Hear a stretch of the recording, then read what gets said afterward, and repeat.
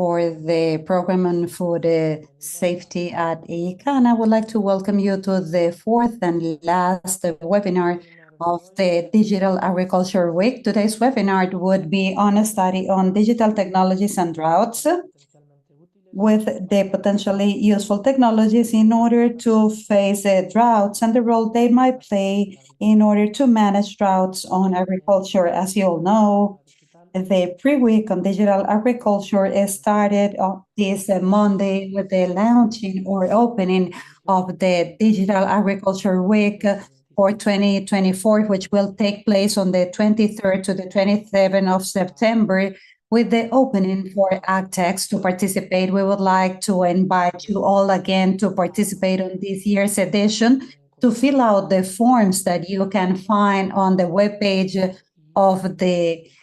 for this week by filling out and completing all forms if you are interested in participating.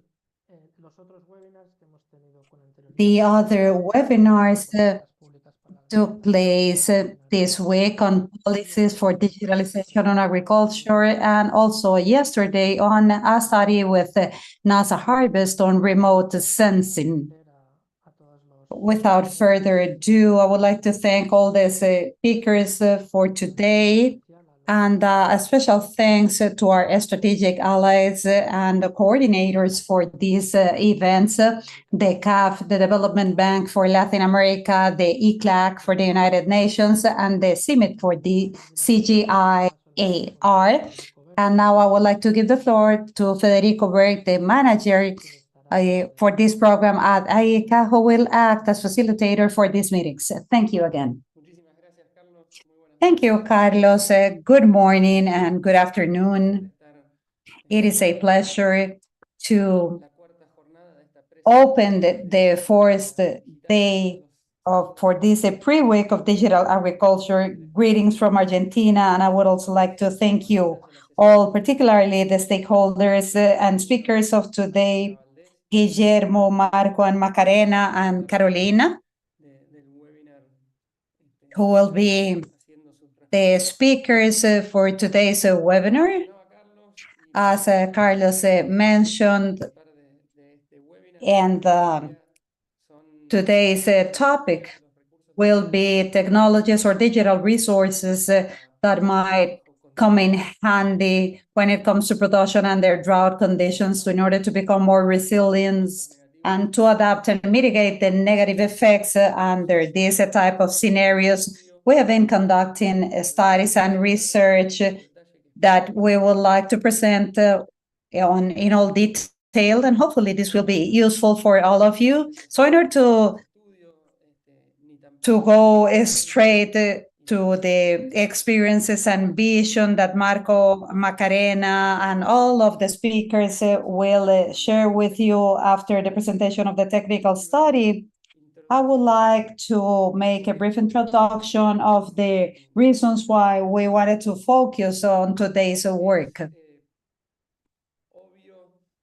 It is obvious, but not less important, the fact that these droughts are strongly affecting humankind, and agriculture is one of the human activities that have been mostly affected by droughts.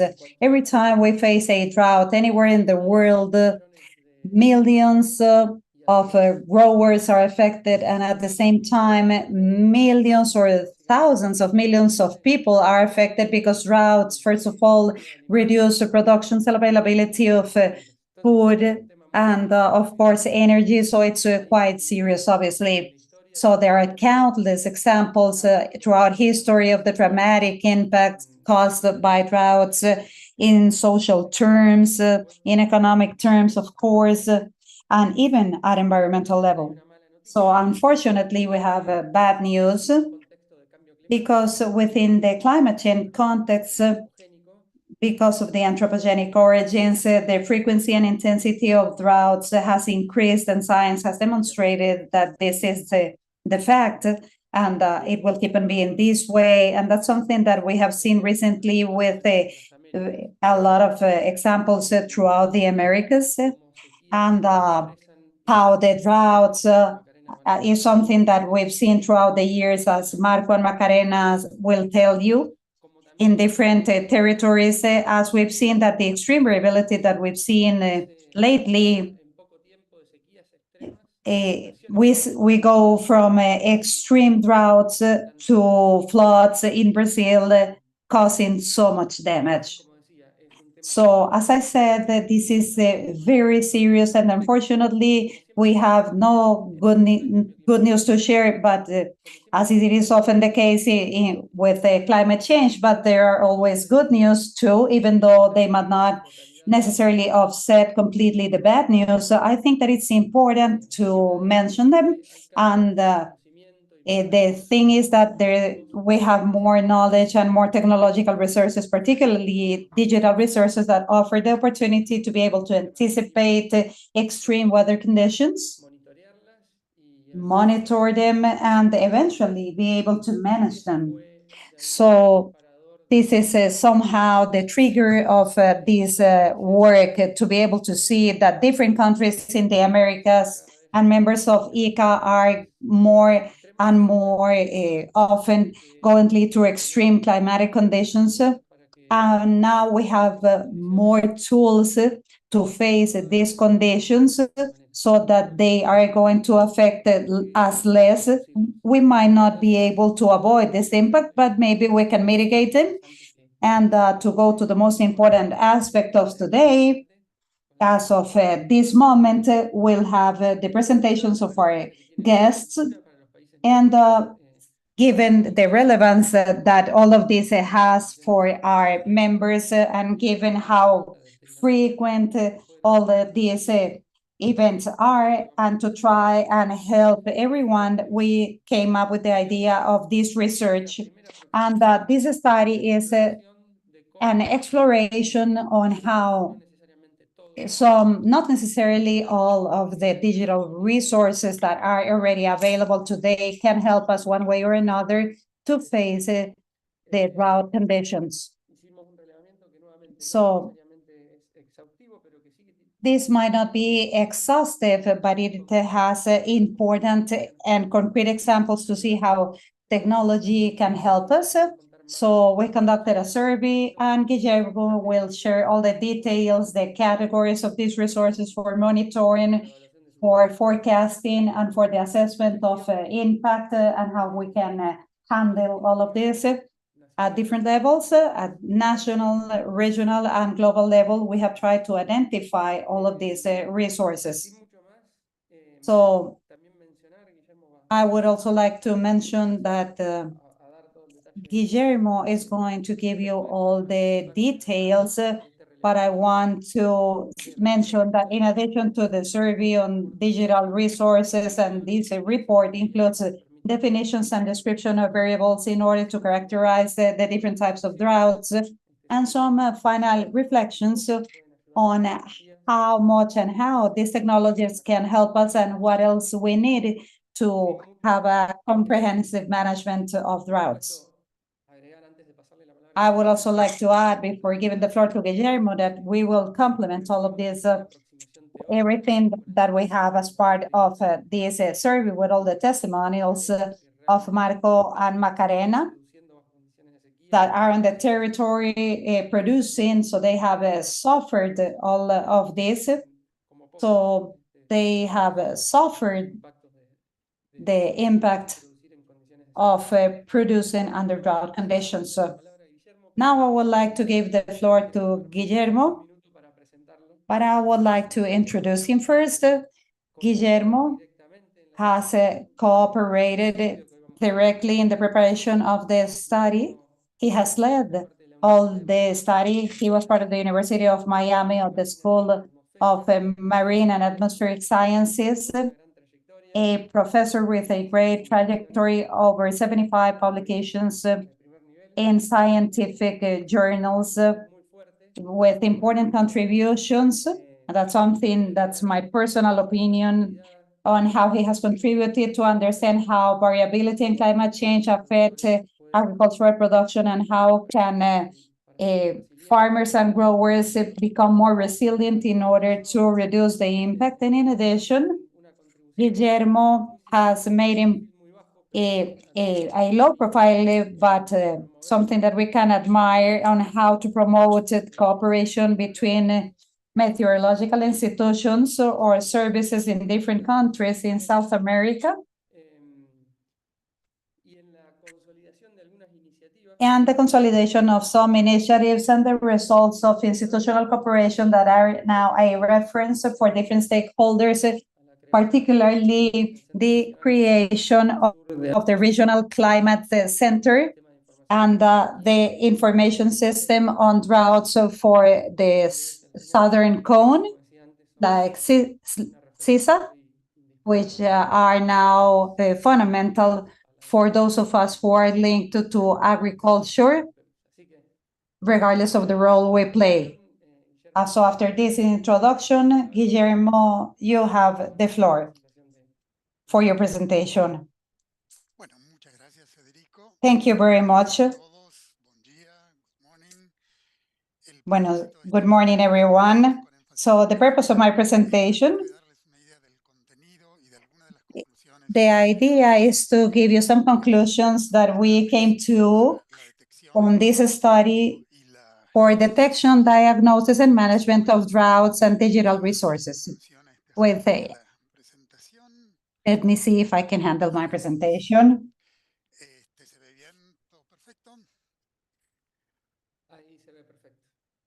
Yes, we can see your presentation. Please go ahead. I had some technical problems, so I'll have to rely on my memory. I wanted to tell you what this report is about. I would like to thank ICA before starting for relying on my team for this report. And I would like to thank my co-authors, Federico Bert, who coordinated all this process firmly, and Alicia Alcantara, who did an excellent job with the review of the resources on behalf of the private sector. I would also like to thank the ICA personnel, Carolina Borda and Kelly Witkowski, with the very useful comments in order to improve the quality of the report. I thought initially about justifying why we were interested on the droughts, but I think that Federico already did that. So I want to mention something he did not mention, and it is that drought is important because droughts are complicated. In the beginning, we wanted to talk about droughts and floods, but we later on decided to concentrate only on droughts because, contrary to other climate threats, droughts start slowly with diffuse effects that cover relatively big geographical areas, and their impacts in a world that is more and more connected through trade and knowledge, and so they can have like this cascading effect. So sometimes it's difficult to quantify it or attribute to something because they easily propagate. And also, Federico did not mention that they can affect different environments and climates, all from the most arid areas, for example, north of Chile and the dry corridors in Central America, all the way to the most humid areas like the Amazonia in Brazil.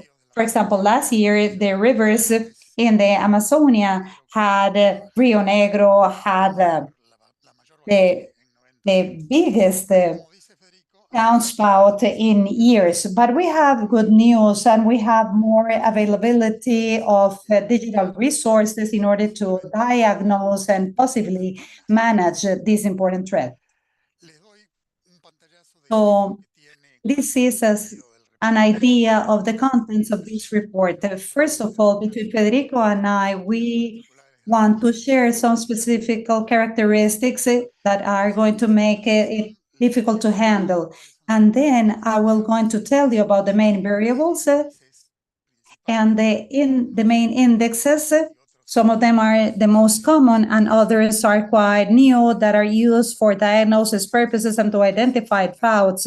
In all cases, in the report, we included a brief interpretation of all of these variables or indexes, and then we can briefly discuss their advantages and limitations. And then on the third sections, this is what we were really aiming at in order to mention some digital resources in order to handle droughts. As Federico said, the idea is to promote this discussion. First, we start with public resources, with the global, regional, and national institutions, and at global, regional, and national level, and then the resources produced by the private sector. We can start talking about some of these variables that we use in order to diagnose this drought. We have an important group of variables that we use, which are the geographical and physical, like rainfall, or the soil humidity that we can measure through satellite data or with a rain gauge, or another type of data. And of course, both the geographical and physical variables might have some errors that give you some uncertainty. And the problem is that some of the digital resources do not quantify explicitly that uncertainty, and we do not have that much availability. And another common problem for our Latin American Caribbean region is that the observation networks on site are not very dense for variables like soil humidity, and that can be remedied by something that can help us fill in the gaps. And another problem is the accessibility to this information, because until recently, before all these digital resources that we will discuss in later on, they were not of easy access for anyone other than government users, as was discussed yesterday on data. And we need to take into account all these limitations. And I am going to give you brief examples of some of these variables. On the left, we have the rainfall, and this is something that is called the chirps. It's commonly used because it starts in 1981, and it's easy to use. And as you can see, there are no gaps like the ones we can have for on-site data. And then we have more recent data, and this is from the SMAP mission from the NASA. This is from a microwave instrument with global coverage, and it has been used for 8 or 9 years, just as an example. And on the other hand, we also use in many indexes to quantify droughts. This is a publication from the Meteorological World Organization and the Global Water Partnership that describes hundreds of indicators in a structural manner. And some of these indexes or indicators derive from geophysical variables, like the one that is commonly used, which is the standardized precipitation index in English. And this is for the Caribbean, the SPI, from the Regional Center of the Meteorological Organization for the Caribbean, which is very commonly used because it's easy to use and allows to compare the different conditions in different regions. And there's another group of, for example, vegetation indexes. And some of them, I understand, were discussed yesterday from the NASA Harvest. And we have some indexes. This is the ESI, the evaporative stress indexes, that compares the potential evaporation from the real one. For example, if the soil and the plant can satisfy the atmospherical demand. which is very common, specifically in last year, which is the use of composed indexes that are combined, as it's where there's a combination of more than one variable, and like the vegetation health index that combines vegetation and temperature, for example, and the agricultural stress index, which has been developed by the FAO and it's commonly used. And the obvious question is, which is the drought, the indicator that I must use? And the simple answer is it depends. And now I graduated as a consultant. No, seriously, there are many things discussed in the report, but given the complex effects of droughts with different impact for different activities on different regions, of course, then it's not easy to have a recipe for everything, but I think that we could all start with the most simple indexes, and then we can start adding on more complex indexes. But this is just a basic recommendation. And the third section, as I said before, are the digital resources available. I think Federico mentioned that we are not trying for this to be an exhaustive study, but we just wanted to mention something for Latin America and the Caribbean for discussion purposes. So we have the public resources and then those produced by the private sector. And then for discussion purposes, we discussed all of them based on the three pillars for the handling of droughts defined by the International Program for Drought Management. These three pillars are monitoring, forecasting, and early alerts, the characterization and management of risk and impact, and then planning, preparation, and response. Now, one of the conclusions that we've come to is that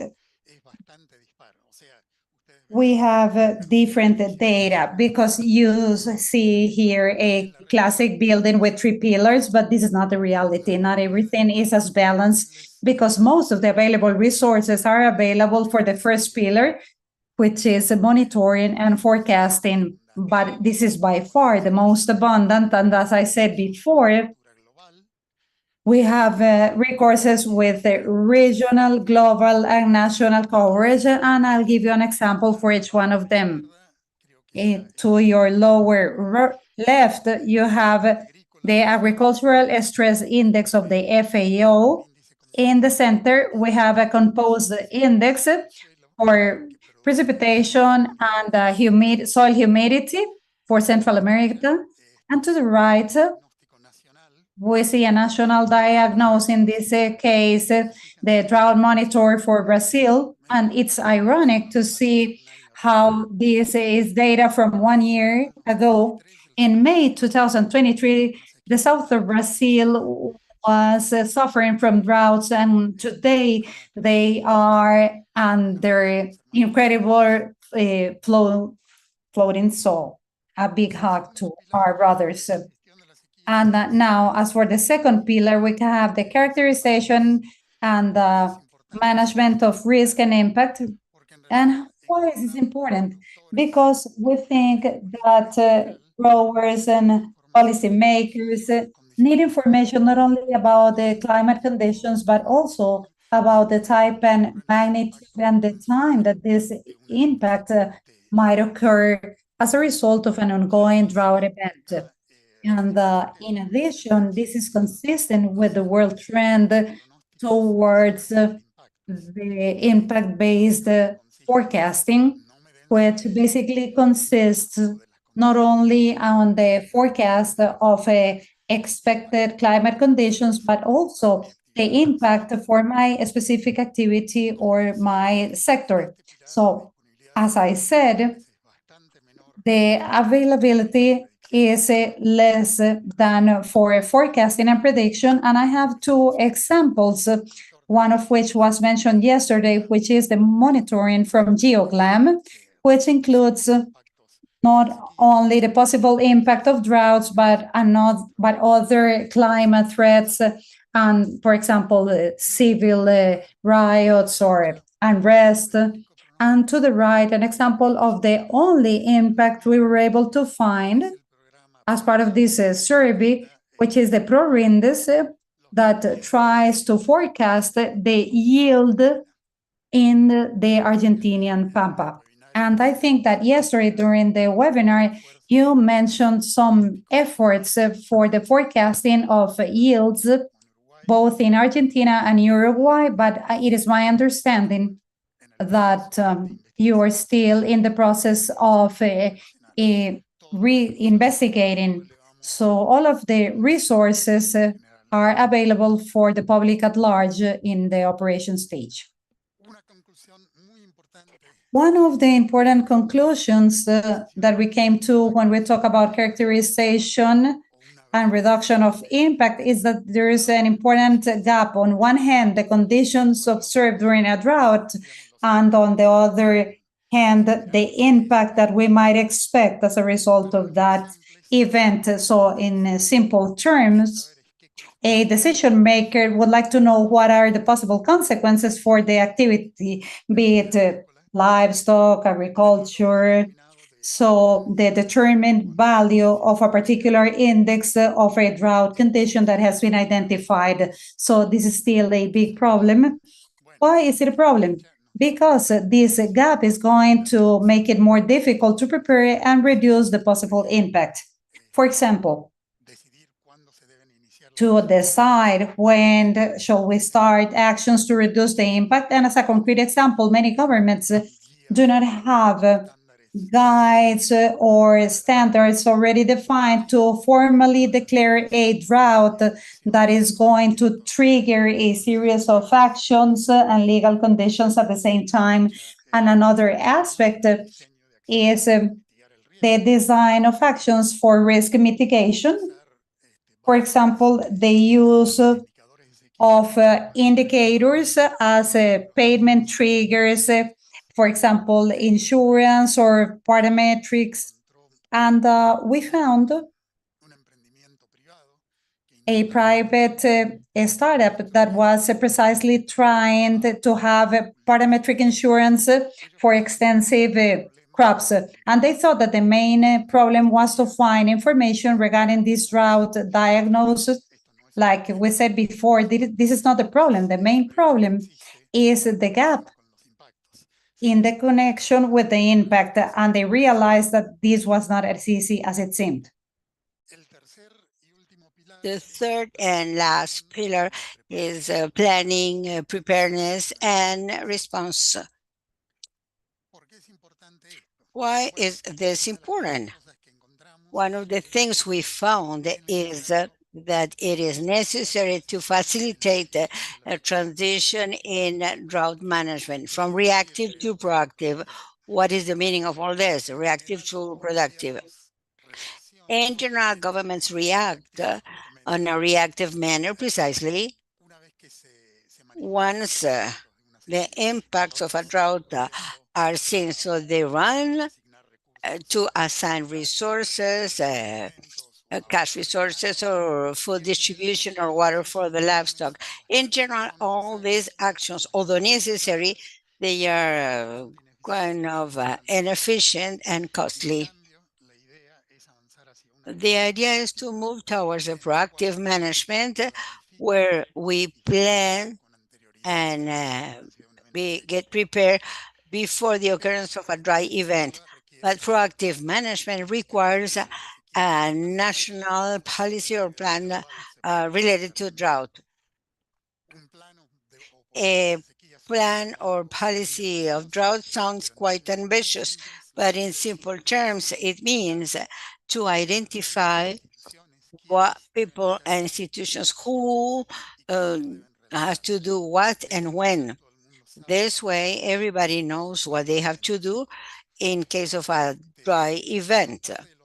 Most resources are instructions or guidelines to prepare these plans. For example, a publication of the World Met Organization and the Global Water Partnership that talks about 10 steps plan.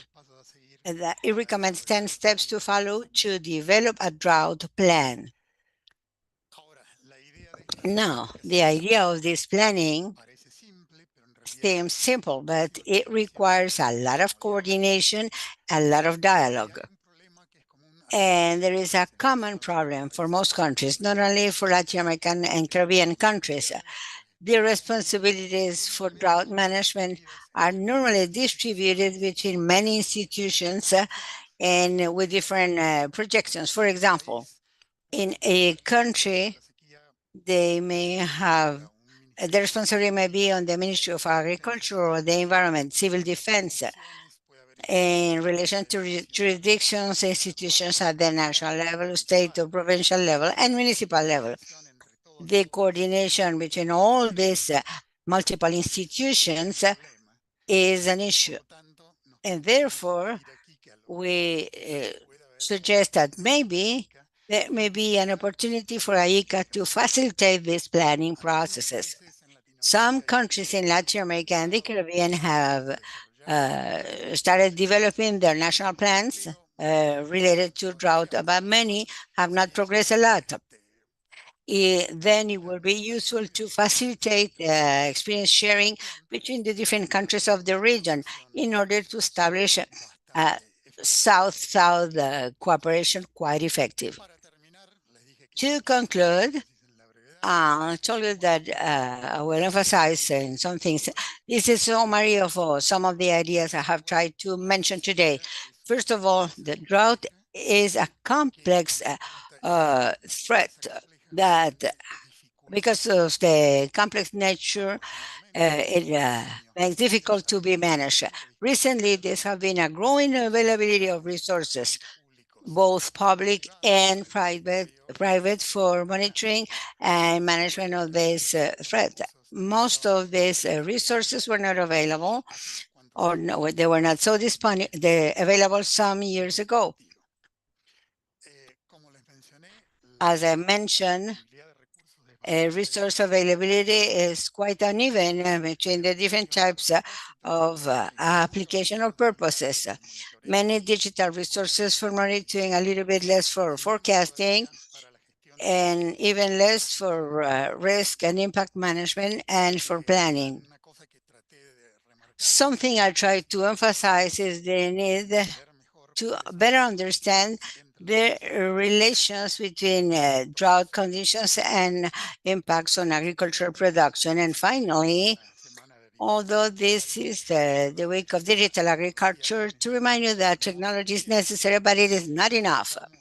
We need to make an attempt to facilitate this proactive focus, preparedness in case of before the drought. There is an organizational challenge related to planning and coordination in order to define who has to do what and when.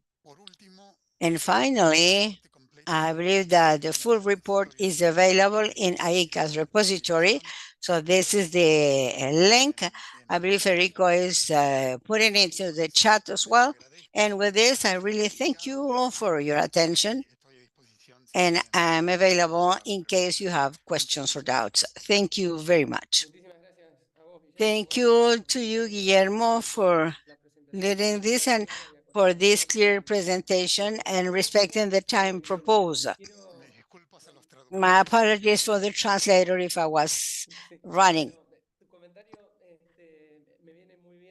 Your comment fits quite well to mention something that I didn't mention at the beginning, is that we have simultaneous interpretation from Spanish to English.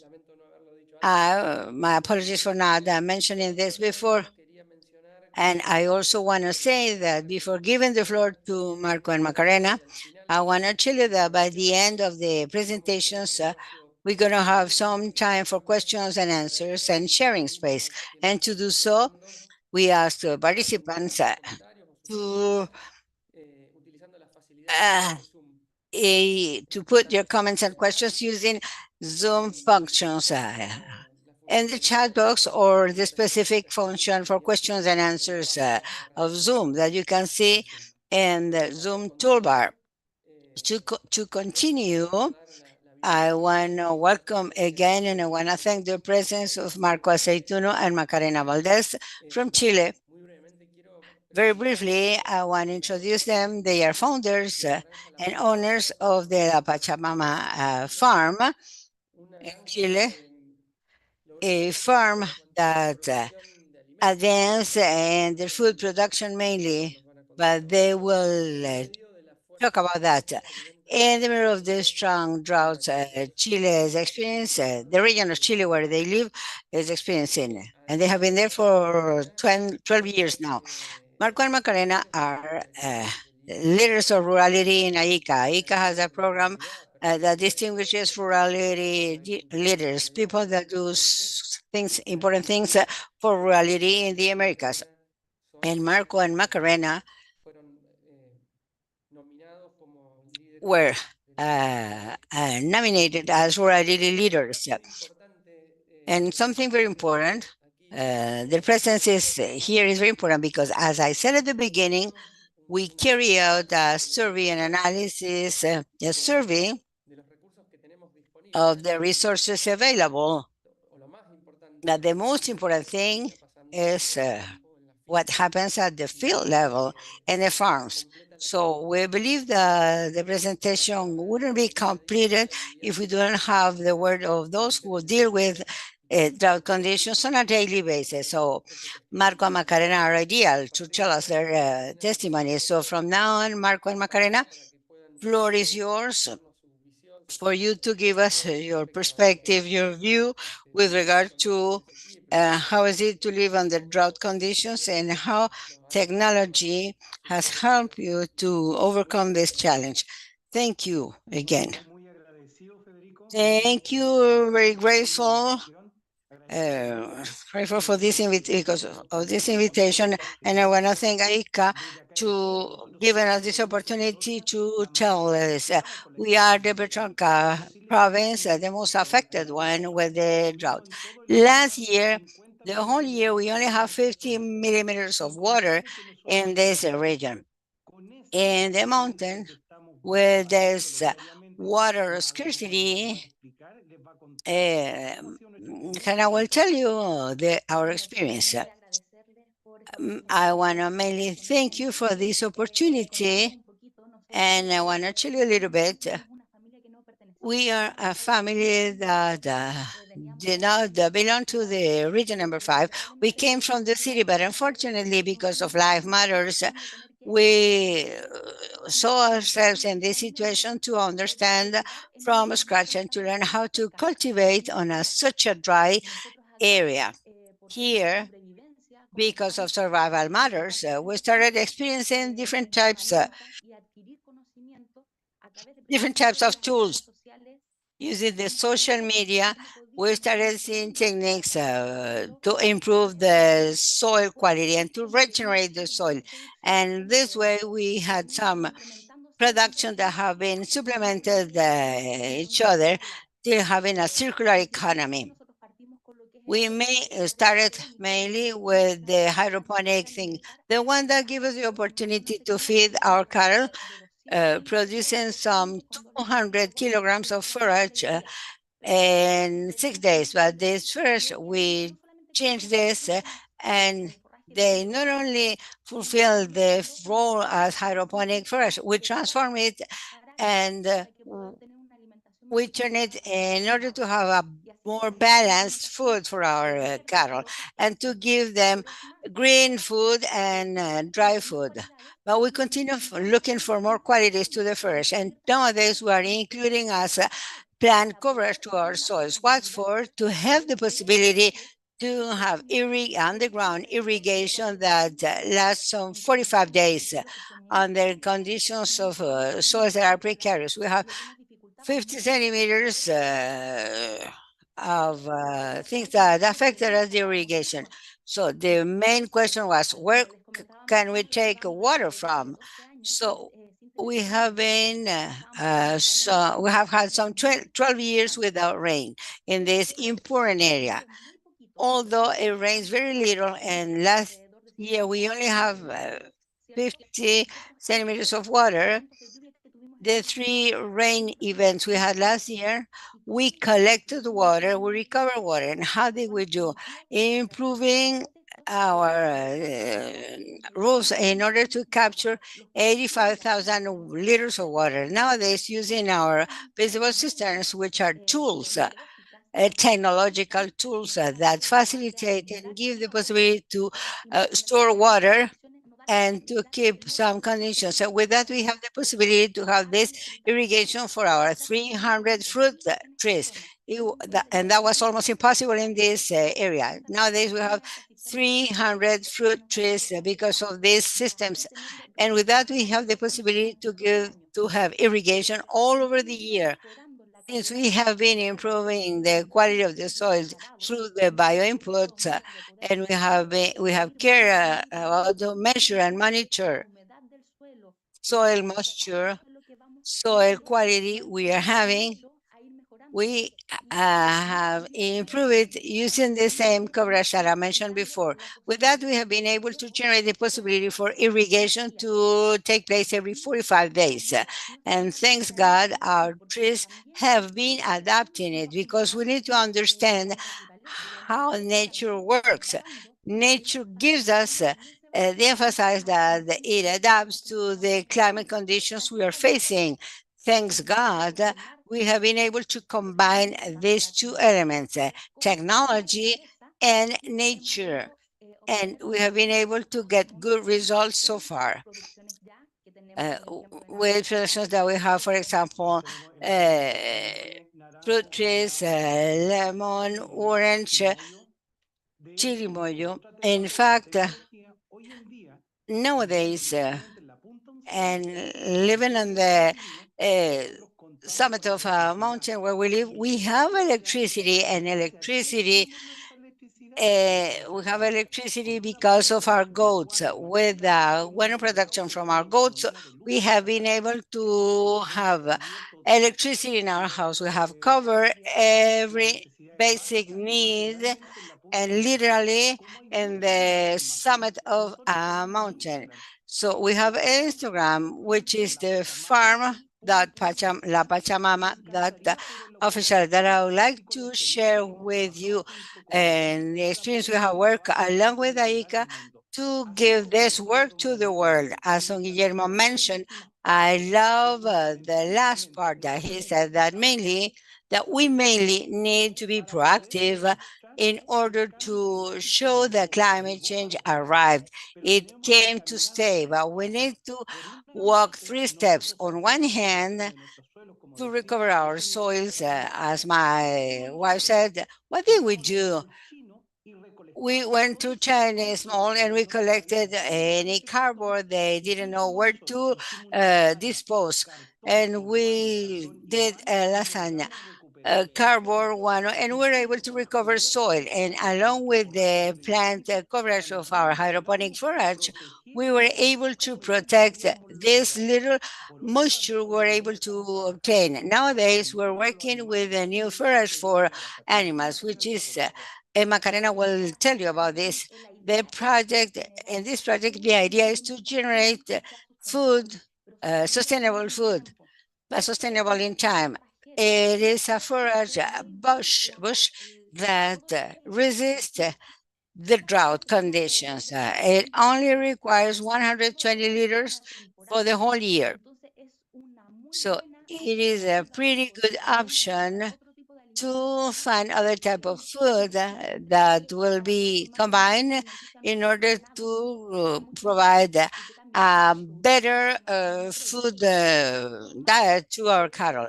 This format, which is a talasaja, that we are making with the recovery of wastewaters that we have, and it is also based on treatment plants that do everything related to purification, to reuse waters, and to integrate it through an underground irrigation system. We do not skip the process, moving from extended irrigation, uh, drip irrigation, and nowadays we only focus on underground irrigation. With that, we can maximize much more the water resource in the area. And with that, we can prevent evaporation of humidity, of moisture from the soil. The idea is to generate tools for people to be able to feed themselves and to have an easier food sovereignty. This product, the talasase, replaces the alfalfa because it has the same amount of protein compared to alfalfa and a green matter because it has 15-25%. So it gives us the possibility to feed our cattle on a friendly manner and to keep them in optimum conditions. Nowadays, we are recovering the forest prairies using the same cardboard and guano as Marco mentioned. And this has given us the possibility to increase even more the food mass for our cattle. And this is the integrated to regenerate and to have a better quality. So although there's little rain, they can be absorbed by the land. And with this, we can prevent erosion. And finally, to tell you that here we have potato, carrot, lettuce. We invite you to learn about the project and very often we also if we are expert professionals or agronomists, we're a family with three kids. We needed to survive. So started 6 years ago when we had the social crisis in Chile and we needed to move to a mountain. Without being farmers, we were able to survive the climate change that we are experiencing today. We would like to teach and transmit the work carried out and for everybody to understand that it is possible. It is possible to survive. It's difficult, but we need public policies to teach and deliver. And what better than AICA to be a representative of this teaching of surviving in this climate change situation. And finally, how to link technology on a friendly manner, not in an invasive manner, to a whole system that is agroecologic, that we can generate a circular economy, low cost, but beneficial in order to assure food, our food, as well as food for our cattle. So we want to thank you. We want to thank you for the invitation and for having the opportunity to present this. We remain available because there's a lot of information we did not mention. We try to summarize and summarize for everybody to have the opportunity to express. There's a lot of information. I cannot miss this opportunity to talk about gas. We produce 2.5 kilos of gas on a daily basis. And with that, we can have the electricity in our house. There are many things we would like to tell you, but you can find us in our Instagram, and there we can send videos to show you how to survive with this new change. Thank you so much, Marco and Macarena. It is a pleasure to hear you. They have many dimensions, which are an example. I invite you to type on the chat box send it to me, the Instagram address for those. So here you can have the Instagram address. Thanks, Manuel Hidalgo. Before giving the floor to Carol, let me rescue very quickly something that, as Marco said, joins the two presentations. Macarena and Marco are an example of proactivity to face challenges, in this case, the challenge of the drought at a farm level, and how things that may sound simple technologically may have an important impact. For example, to use the social media to learn or to use cisterns to store water. Marco and Macarena mentioned irrigation a lot. I just want to say that in the report, there are many examples from different technologies, some of them basic, others more sophisticated technologies to optimize the irrigation management according to these conditions. So thank you, Macarena and Marco. Now let me introduce Carolina Borda. It is a pleasure to have you here, Carolina. She is a colleague from AICA, technical specialist of the hemispheric program of climate action and food sustainability. She's young, but with an important career in territorial environmental management and the sustainable market. And currently, she's about to finish her thesis, or she should have concluded now, to get the magister uh, certificate in gender. So without further ado, Caro, floor is yours for you to give us regard on the Climate Action and Sustainability Program. Thank you, Fede. Well, first of all, good morning, everyone. I want to thank you for the invitation and to the other speakers, Macarena, Marco, Guillermo. It is an honor for me to share this space with you. For us, from the Climate Action and Agricultural Sustainability Program, it is very important to recognize and deepening the synergies that effectively contribute to enhance actions of the countries of the region in this struggle against the effects of climate change. As Federico mentioned, I am Carolina Borda, technical specialist of Climate Action and Agricultural Sustainability Program from AICA. Right now, let me share my presentation, and I really thank you if you can confirm that you can see the presentation. Yes, we can see the presentation. Go ahead. My presentation is focused on digital technologies and their contribution to climate action. The interesting thing of being the last panelist is that most things have been said already. So I hope that my presentation can reinforce the message given by our colleagues that spoke before me. Okay, ready. I would like to start with an overview information. Climate change has brought significant impacts in agri-food systems.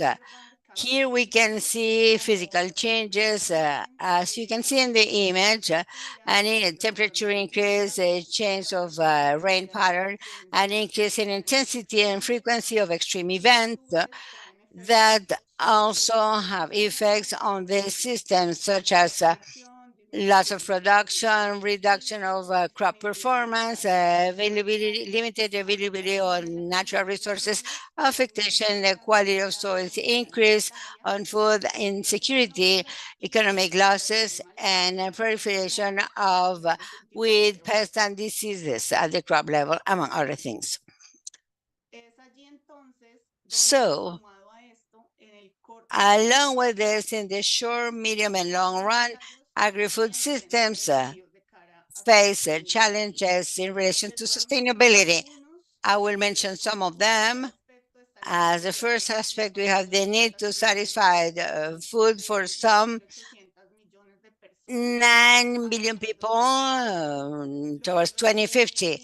It requires an increase of some 70% regarding the current levels of agricultural production. This makes it indispensable to think about clear actions to improve the efficiency of agricultural activities, uh, establishing focuses such as eco-intensification and diversification of crops. A second aspect is the improvement of logistic chain to avoid losing food, because according to FAO, some 30% of food produced in the world are lost or waste. And that supposes a contribution of 8% in greenhouse gas emissions. Also, researchers mentioned that if the loss and the waste of food will be reduced to half, we will be able to eliminate a fourth of greenhouse gases emissions in the world. So we see that this is a quite pertinent aspect, and that very often is not considered, or it does not have so a lot of importance in chain management. As a third element, we need to improve the preparation of agricultural producers to face the effects of climate change, because globally, more than a billion of agricultural producers and cattle producers depend on food systems for their livelihoods. We also need to admit that among most vulnerable populations to the effect of climate change, we have women and young people, considering that sometimes the little access to goods and services to reduce their vulnerability is a determining factor for this aspect. So, their linkage, effective linkages to the process of capacity building decision making processes becomes very important. In the specific case of young people, to move from this conception of the generational relay towards a generational dialogue that will let them to be related to the shared decision making processes. On the other hand, 33% of emissions comes from the region. That shows a significant opportunity to implement actions aimed to mitigate that contribute to reduce the emissions produced. However, it is important to highlight that even with this, the region only contributes with less than 10% of emissions generated globally. It is then key to promote adaptation. Marco and Macarena explained this in their presentation, and we have also seen it with the recent situations that occur in our countries. This represents an important challenge in the funding access because the World Food System only receives 3% of public funding for climate. This funding for adaptation to changing effects of climate only represents 9% of things related to climate funding. And almost the totality, some 98%, comes from public agents. So that exerts pressures to the government finances because the region has resources and limited knowledge to adapt. This is key because we consider that only the mitigation and climate adaptation goals in Latin American and Caribbean countries will cost the region some 90 to 1,000 billion dollars a year. Finally, it is evident that some 33% of the planet's soils have a degradation ranging from moderate and high, and more than 90% may be degraded in 2050. So it means that if fertile soil erosion continues at the same pace as so far, prices of agricultural products will increase because of the reduction of soils prone for cultivation. I don't want to alarm you, so I would like to uh, show you the utility of technology, digital technology and the struggle against climate change and its effects. So here, technologies contribute to face these challenges and to catalyze actions as possible opportunities to consolidate change and its transition towards sustainability. For example, by increasing the efficiency of our production processes in line to this challenging future to cover a growing demand for food, with the inclusion of more efficient technologies in relation to emissions for crops and cattle, that could improve not only productivity, but also to reduce global emissions from agriculture and some 40%. Likewise, it contributes with the production information and availability in order to allow the development of traceability systems to reduce risk and informed decision making for crop management, but also for the procurement decisions by consumers. This is key stakeholders all over the chain. I have mentioned this already, but to facilitate the inclusion of most vulnerable populations to climate change impact through the access to information, inclusion of agricultural activities with sustainability vision, and more tools that let young people and women to join effectively. And finally, the support to management economic and environmental resources to improve efficiency, to strengthen early warning systems for forecast and the preparation in case of disasters. On this slide, I try to show you the digital tools that are being used in order to overcome the challenges mentioned, as well as the trends for digitalization of agriculture in relation to climate change. As the case of robotics, that is projected as one of the most interesting trends in digital agriculture through the creation and use of the possible vehicles that can use like sensors, automated layering, and other things in order to automate repetitive tasks. In order to increase efficiency in the use of resources, input, supplies, and water, among others. As another examples, we have artificial intelligence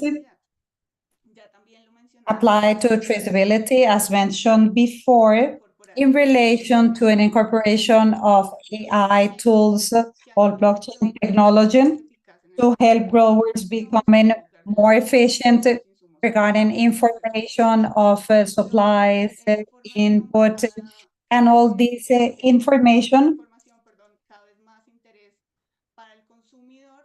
which is more interesting for consumers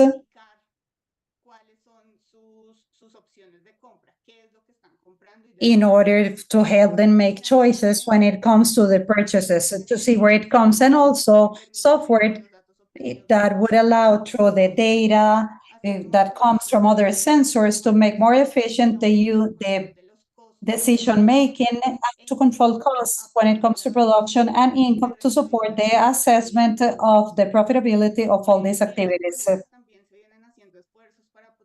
And there are also efforts to support these synergies, for example, through the use of climatically intelligent agriculture that I am sure many of you have already heard of or have already worked in the application of this approach.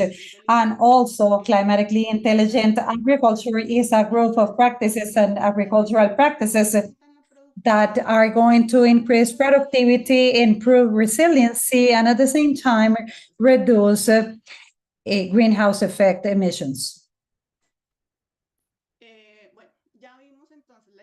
So we already see how important it is to link this type of the digital tools to agri-food systems and their potential, but it is key to establish who are offering services. And I would like to show you this map that I think is really interesting.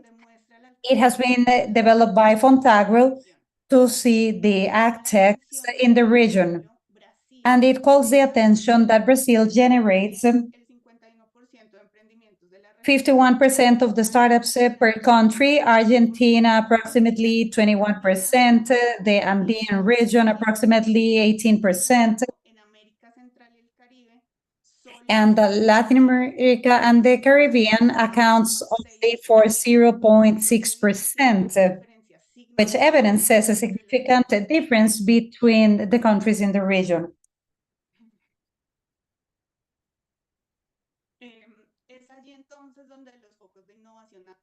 And this is where the current innovation focuses based on this are concentrated on management software and education services for growers, services platforms, and mass data, and other precision agriculture topics. So as you can see, there's still an opportunity in contrast to what we saw in the prior slide for the incorporation of new ideas and tools that are going to contribute to strengthen this sector. Other topics that I would like to emphasize is the favorable vision for the adoption of digital technologies that, thanks to the pandemic, have accelerated, or the pandemic helped the adoption of digital technologies for the commercialization of products, technical assistance through mobile equipment, among other topics. And we also know, as we mentioned before, that there is an important challenge related to the increase in financing in order to adapt to climatic change in the sector due to how vulnerable we are, as Federico mentioned. And in addition, said financing most must come from the private sector, mostly because the finances of all governments are more stressed. And that this is where the incorporation of digital technologies is a key for this type of projects.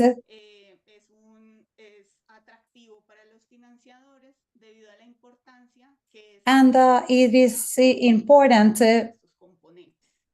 as a component for this type of projects. And last, it's important to incorporate as part of the cycle for this type of projects the financing, not only for the development of technologies, but also associated investments for the diffusion, for the scaling of these projects in order to make sure that they will reach the farms. And now I would like to take just a few more minutes in order to strengthen the data that Federico mentioned in the beginning in their introduction, and also what Guillermo has strengthened and reinforced in order to provide you with the context of the data related to the effects of droughts in the region that give you an idea of how important it is. But even though in the region the water resources are abundant, we are facing complex challenges when it comes to the distribution and quality of water, but also approximately 150 million people in the region live in areas where water is not as abundant and face droughts, as it is the case of the dry Central American corridor or the northeast of Brazil, Guajira, and Colombia. And in the recent years, droughts are more frequent and they last longer in the region. And they are also endangering the water basins that provide drinking water and for irrigation purposes, affecting millions of people. And also the water systems that allowed for this type of navigation, as we saw recently in Uruguay last year and currently in Costa Rica, where they were supposed to have these cuts in electricity because of the scarcity of water, and also in Colombia currently they are announcing these cuts in other countries due to the critical levels of water. And the droughts and degradation of soil are two phenomena that go hand in hand and go to the desertification process through which we lose fertility of soils and affect biodiversity and the capacity to produce food. This is the reason why this is so important for the sector. And last, I would like to mention that the Latin American and Caribbean region are seeing losses in agricultural production and livestock between 2005 and 2015 of around $2 billion, and out of which $13 billion are attributed directly to droughts, which turn this disaster into the most expensive in the region. And to conclude, I would like to mention that as we've seen during Guillermo's presentation, that we know that digital tools are going to be key to support how we face these drought challenges. So these tools are something that we'll use in 4 key moments that go all the way from forecasting all the way to the evaluation and management of impacts, going through preparation and monitoring. So I would like to invite you to see all the details of this information. You can consult all this presentation of drought in agriculture, digital resources available to diagnose its occurrences and reduce their impact in Latin America and the Caribbean. This is the link for my presentation. And that's it for me. Thank you for your attention. Thank you, Caro, for such a comprehensive presentation from the perspective of the Climate Action Program of ICA that focuses on climate-related variability and all its impact on agriculture. A complete and very detailed presentation on the role of technology in order to face the challenges of climate change, and also the AgTech as one of the stakeholders offering some solutions. And on the report, there are some examples and cases. And there is a comment from Michael from Inventure,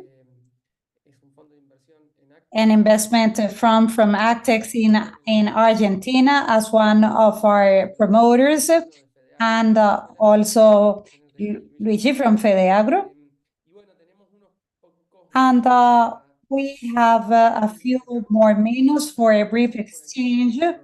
We have so many comments both on the chat and on YouTube. Many congratulations for Marco, Matarena, and people that has shown interest. I'm going to read a question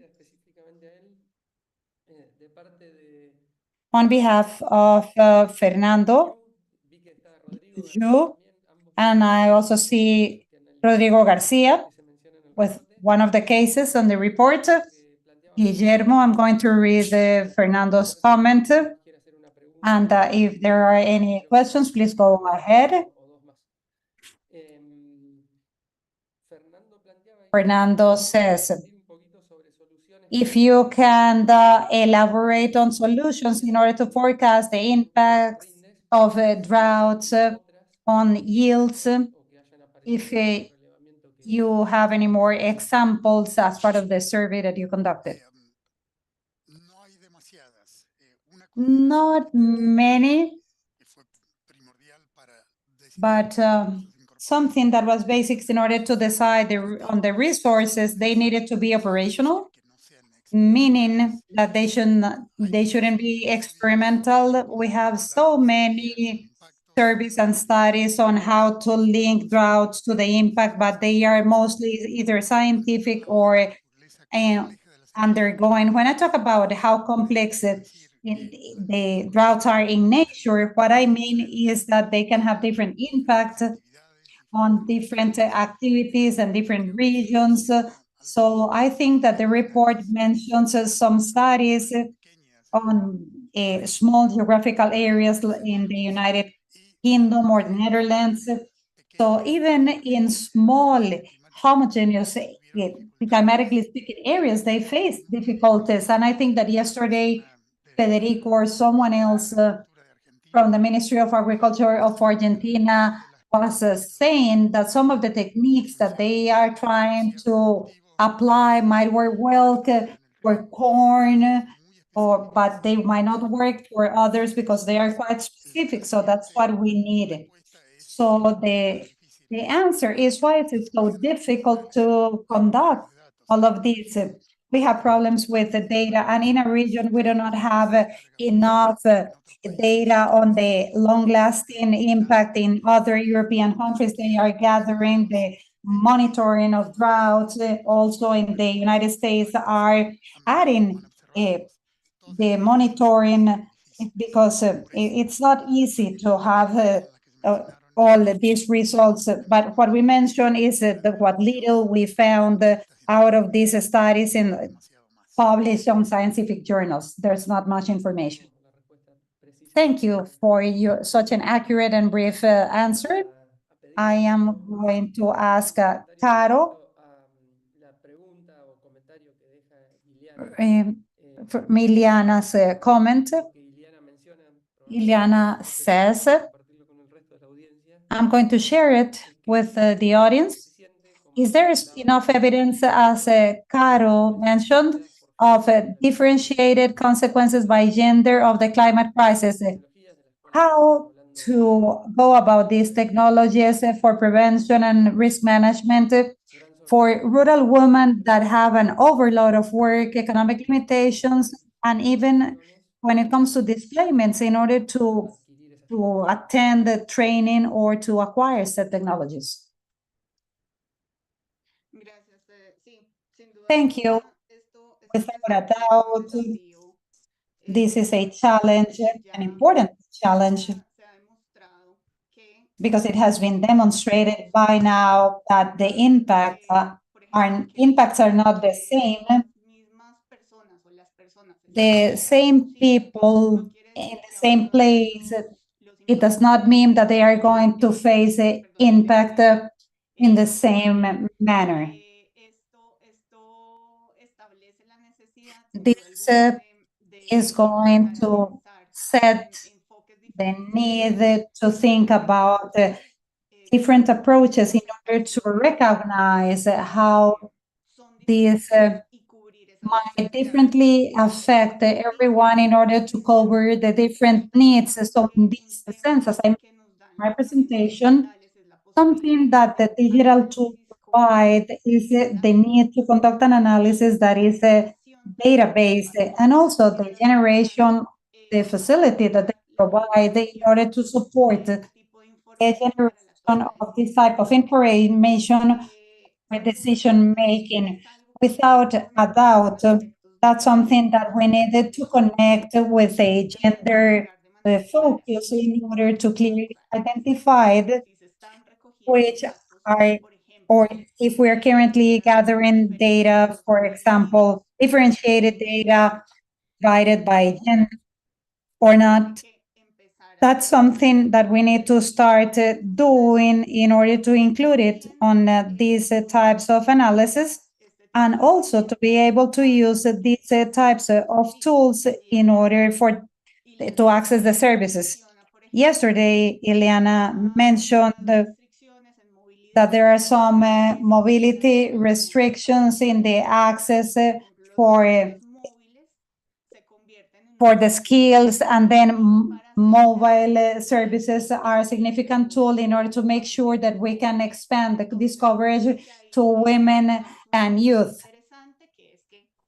There's also an interesting element because digital tools are offering now the possibility to incorporate in a more effective manner women and youth in decision-making purposes, and also to have access to goods and services, that this is not something that can be done by itself. We need to incorporate a differential scope when it comes to gender, to ethnicity, to race. It's a different cross-cutting aspect in order to make sure that these tools, in order to cover and reach all the most vulnerable communities in order to help them become more resilient in the face of climate change. Thank you.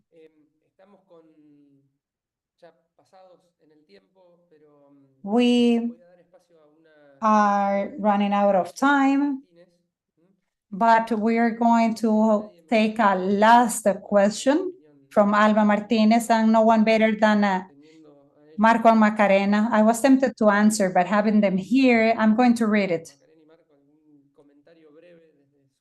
And I will ask you for a brief question.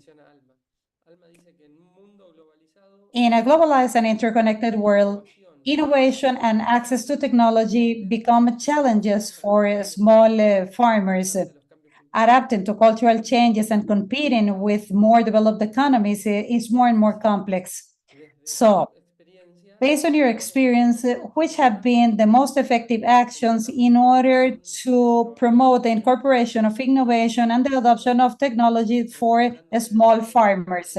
So, as Alma says, so based on your experience under difficult conditions and in a small farm, which have been the factors that have facilitated access and incorporation to the technologies that you currently use in order to be able to do what you do today?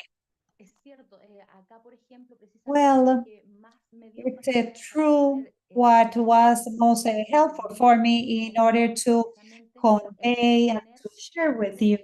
What we do today is to have access to social media and to platforms to communicate with other people that were far away, specifically from the pandemic.